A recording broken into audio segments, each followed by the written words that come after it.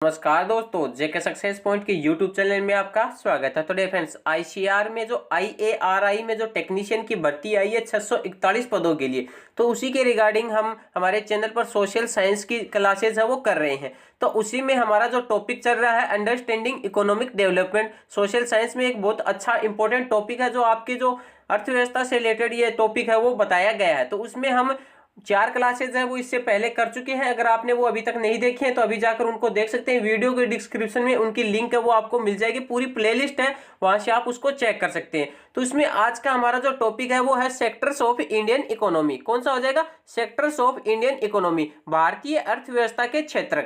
तो इस टॉपिक से रिलेटेड जो थ्योरी थी वो हमने इसकी पहली क्लासेज में पढ़ ली थी कि किस प्रकार से इसमें सब कुछ होने वाला है। तो आज हम उसके कुछ इंपॉर्टेंट जो क्वेश्चंस बनेंगे उनको हम डिस्कस करेंगे। तो आप वीडियो में बने रहें और वीडियो को अंत तक जरूर देखें। अगर आप चैनल पर पहली बार आए तो चैनल को सब्सक्राइब जरूर कर लें, क्योंकि इस एग्जाम से रिलेटेड जो तैयारी की वीडियो है वो हमारे चैनल पर रेगुलरली आती रहेंगे। तो आज की इस क्लास को शुरू करते हैं।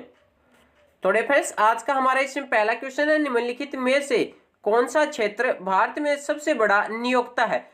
Which of the following sector is the largest employer in India? तो लार्जेस्ट एम्प्लॉयर हमें बताना है कि भारत में जो सबसे बड़ा एम्प्लॉयर है वो नियोक्ता जो क्षेत्र है वो कौन सा हो जाएगा? तो वो हो जाएगा हमारा प्राइमरी सेक्टर। प्राथमिक जो क्षेत्र होता है वो सबसे बड़ा सेक्टर होता है। इसके अंदर क्या होता है कि जो भी कच्चे उद्योग, जैसे कच्चे माल का जो भी उद्योग है, निर्माण होता है, वो सभी किस में होता है? वो प्राइमरी सेक्टर में होता है, और इसको एग्रीकल्चर सेक्टर भी बोला जाता है। तो ऑप्शन ए है वो राइट आंसर हो जाएगा। अगला प्रश्न है हमारा इसमें, जीडीपी मापने का कार्य किसके द्वारा किया जाता है? जो सकल घरेलू जो उत्पाद होता है, ग्रोस डोमेस्टिक जो प्रोडक्ट्स होते हैं, उनको मापने का जो कार्य होता है वो किसका होता है? किसी भी देश की जो अर्थव्यवस्था होती है, इकोनॉमी होती है, वो सब कुछ जो जीडीपी होती है उसी पर टिकी रहती है। तो जीडीपी को मेजरिंग करने का कार्य होता है वो किसके द्वारा किया जाता है? तो उस देश की केंद्र सरकार के द्वारा किया जाता है। तो सेंट्रल गवर्नमेंट है वो इसका राइट आंसर हो जाएगा। अगला प्रश्न हमारा इसमें, जीवन बीमा किसकी गतिविधि है? तो लाइफ इंश्योरेंस जो होता है वो किस प्रकार की एक्टिविटी के अंदर आता है? कौन से सेक्टर में इसको काउंट किया जाता है? तो जीवन बीमा लाइफ इंश्योरेंस जो होता है ये किस में आता है? ये सेवा क्षेत्र के अंतर्गत आता है। किस में आता है? सेवा क्षेत्र के अंतर्गत इसको माना जाता है। इसको या फिर तृतीयक क्षेत्र भी इसको मान सकते हैं। अगले प्रश्न को देखते हैं। अगला प्रश्न है हमारे इसमें 4th नंबर प्रश्न, सार्वजनिक क्षेत्र में उद्यमों का उद्देश्य है। जो पब्लिक सेक्टर के जो इंटरप्राइजेज जो होते हैं उनका मेन मोटिव होता है वो क्या होता है? तो सार्वजनिक क्षेत्र के लिए जो भी उद्योग या उपक्रम लगाए जाते हैं उनका मुख्य उद्देश्य होता है वो होता है सोशल वेलफेयर एंड सिक्योरिटी, सामाजिक कल्याण और सुरक्षा। क्या होता है? सामाजिक कल्याण और सुरक्षा, मतलब लोगों की जो सहायता और कल्याण और सुरक्षा के लिए इनको स्थापित किया जाता है। नेक्स्ट क्वेश्चन को देखते हैं, देश के विकास में बड़ी निजी कंपनियां कैसे योगदान करती हैं? तो किसी भी देश के डेवलपमेंट में वहां की जो बिग प्राइवेट जो कंपनीज होती है वो किस प्रकार कंट्रीब्यूट करती हैं? तो किस प्रकार से अपना योगदान है वो देती है? तो वो देती है, आप देखते हैं चारों ऑप्शनों को पढ़ सकते हैं कि विज्ञापनों के माध्यम से उत्पादों की मांग बढ़ाकर, या फिर मुनाफा बढ़ाकर, या फिर औद्योगिक वस्तुओं के निर्माण में देश की उत्पादकता में वृद्धि करके, या फिर निजी अस्पताल की सुविधा उपलब्ध कराकर। तो प्रश्न के अनुसार ऑप्शन सी है वो इसमें सही हो जाएगा कि औद्योगिक वस्तुओं के निर्माण में देश की उत्पादकता में वृद्धि करके, मतलब मैन्युफैक्चरिंग का कार्य है वो बढ़ा देंगे, जिससे हम देश की जो प्रोडक्टिविटी है वो इसमें बढ़ जाएगी। तो ऑप्शन सी है वो इसके अनुसार सही हो जाएगा। अगला प्रश्न है इसमें 6th नंबर प्रश्न, आप देख सकते हैं, कौन सा क्षेत्र भारत में सबसे बड़े उत्पादक क्षेत्र के रूप में उभरा है? निम्नलिखित विकल्पों में से एक का चयन करें। तो कौन सा सेक्टर है जिसमें सबसे अधिक क्या होती है, जो प्रोड्यूसिंग सेक्टर के रूप में ये उभरा है? तो वो कौन सा हो जाएगा? प्राइमरी, द्वितीयक या फिर तृतीयक क्षेत्र। तो कौन सा हो जाएगा? तो इसमें जो तृतीयक क्षेत्र जो होता है, ट्रिशरी जो सेक्टर होता है, ये इसमें सबसे ज्यादा क्या हुई है? इसमें बढ़ोतरी हुई है। तो ऑप्शन बी है वो करेक्ट हो जाएगा। अगला प्रश्न हमारा इसमें 7th नंबर प्रश्न, मनरेगा राष्ट्रीय ग्रामीण रोजगार गारंटी अधिनियम 2005 ने की गारंटी दी है। भारत में कई जिलों में एक वर्ष में रोजगार के दिन या दिनों का सही संख्या है। जो मनरेगा है, नरेगा इसको क्या बोला जाता है? National rural employment guarantee act. ये पहले नरेगा के नाम से जाने जाती थी 2005 तक। उसके बाद इसमें जो महात्मा गांधी और नाम जोड़ा गया तो उसके बाद में क्या हो जाएगी, महात्मा गांधी मनरेगा योजना हो जाएगी। तो इसमें लोगों को 100 दिन रोजगार का वो क्या दी जाती है, वो गारंटी दी जाती है। अगला प्रश्न को देखते हैं। अगला प्रश्न इसमें 8 नंबर क्वेश्चन, निम्नलिखित में से कौन सा उदाहरण असंगठित क्षेत्र के अंतर्गत नहीं आता है। तो कौन सा जो उदाहरण है चारों ऑप्शन में बताना कि अनऑर्गेनाइज्ड सेक्टर के अंतर्गत है वो नहीं आता है। कौन सा आ जाएगा, वो अपने खेत की सिंचाई करते किसान, एक ठेकेदार के यहाँ काम करने वाले दिहाड़ी मजदूर, या फिर अस्पताल में मरीज का इलाज करते डॉक्टर, या फिर हथकरघा बुनकर अपने घर में करघे का काम कर रही है। तो इसमें कौन सा हो जाएगा असंगठित क्षेत्र में, तो वो हो जाएगा ये एक doctor in A hospital treating a patient, अस्पताल में मरीज का इलाज करते हुए डॉक्टर। तो ये किस में आ जाएंगे, ये जो आता है ये आपका संगठित क्षेत्र के अंतर्गत आता है। असंगठित क्षेत्र के तो ये तीनों उदाहरण हो जाएंगे। तो ऑप्शन सी है वो प्रश्न के अनुसार सही हो जाएगा हमारा। 9वें नंबर का प्रश्न है हमारा इसमें, किसी देश के रोजगार के आंकड़े रोजगार और बेरोजगारी पर 5 वार्षिक सर्वेक्षण से एकत्रित किए गए आंकड़ों पर आधारित होते हैं। यह सर्वेक्षण कौन सा संगठन करता है। तो किसी भी देश में रोजगार के आंकड़े जो 5 वर्ष के जो वार्षिक 5 ईयरली जो सर्वे होता है वो अनएम्प्लॉयमेंट और एम्प्लॉयमेंट का, वो किसके द्वारा कौन सा संगठन है वो करता है। तो वो मनरेगा 2005 के अंतर्गत किया जाता है। मनरेगा जो राष्ट्रीय ग्रामीण रोजगार गारंटी अधिनियम है उसके अंतर्गत इसका है वो आंकड़े है वो जारी किए जाते हैं। नेक्स्ट क्वेश्चन को देखते हैं, निम्नलिखित में से कौन सी गतिविधि प्राथमिक क्षेत्र से संबंधित नहीं है। तो कौन सी एक्टिविटी है जो कि प्राइमरी सेक्टर से संबंधित नहीं है, तो वो कौन सी हो जाएगी, मछली पकड़ना, बैंकिंग, खुदाई या फिर वानिकी। तो इसमें जो बैंकिंग है वो किस में आ जाती है, ये तृतीय श्रेणी के जो स्रोत होते हैं या फिर सेवा क्षेत्र जो होता है, जो आपका इसमें जो ट्रिशरी सेक्टर होता है उसके अंतर्गत इसको माना जाता है। तो बैंकिंग हो जाएगा, किस में हो जाएगा, ये ट्रिशरी सेक्टर के अंतर्गत आता है। वहीं अगर जो फिशिंग की बात करें, माइनिंग की बात करें और फॉरेस्ट्री की बात करें तो ये किस में आते हैं, ये प्राइमरी सेक्टर के अंतर्गत इनको माना जाता है।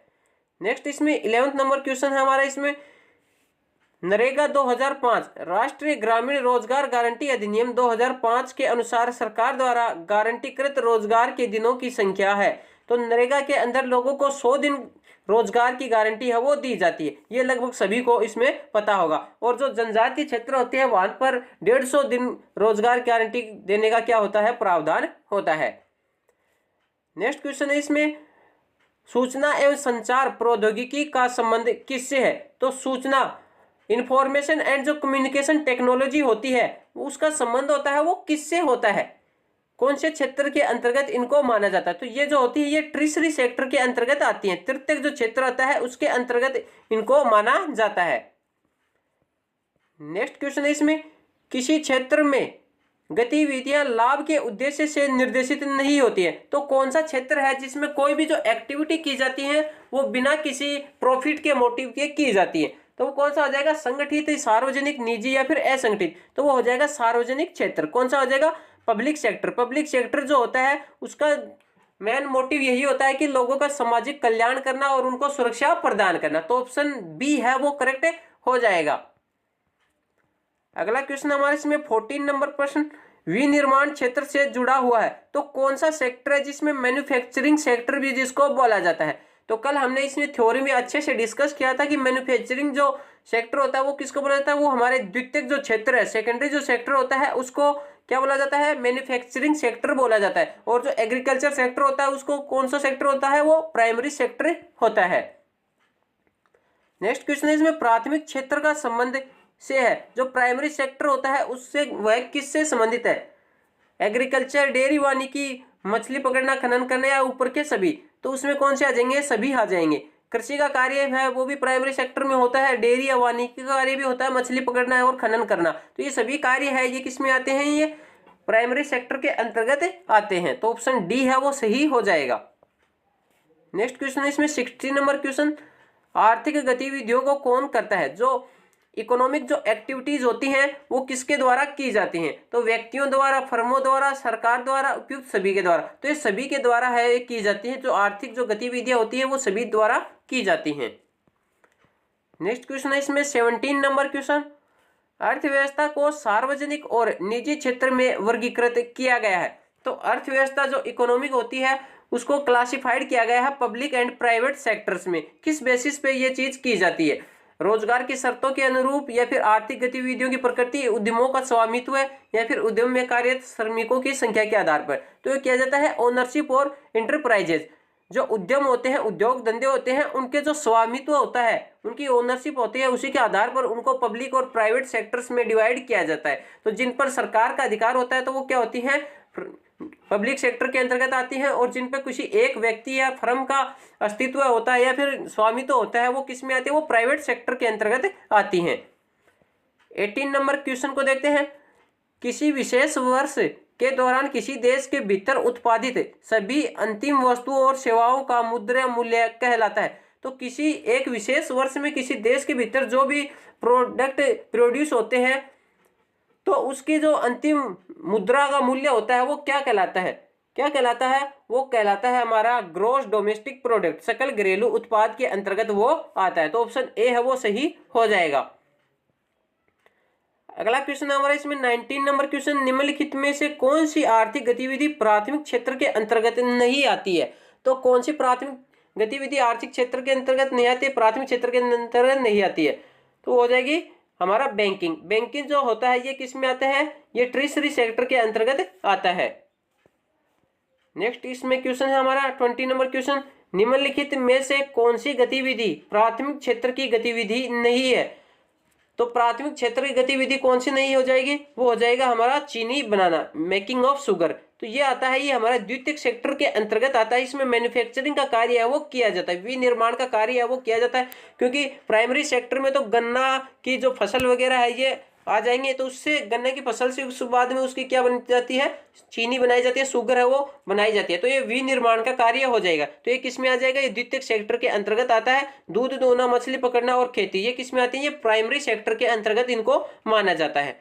तो डियर फ्रेंड्स, ये थे आज के हमारे जो सेक्टर्स ऑफ इंडियन इकोनॉमी है उससे रिलेटेड कुछ इंपॉर्टेंट क्वेश्चंस। आशा करते हैं आपको वीडियो पसंद आएगा। वीडियो पसंद आए तो प्लीज वीडियो को लाइक करें, कमेंट करें, फ्रेंड्स में शेयर जरूर करें।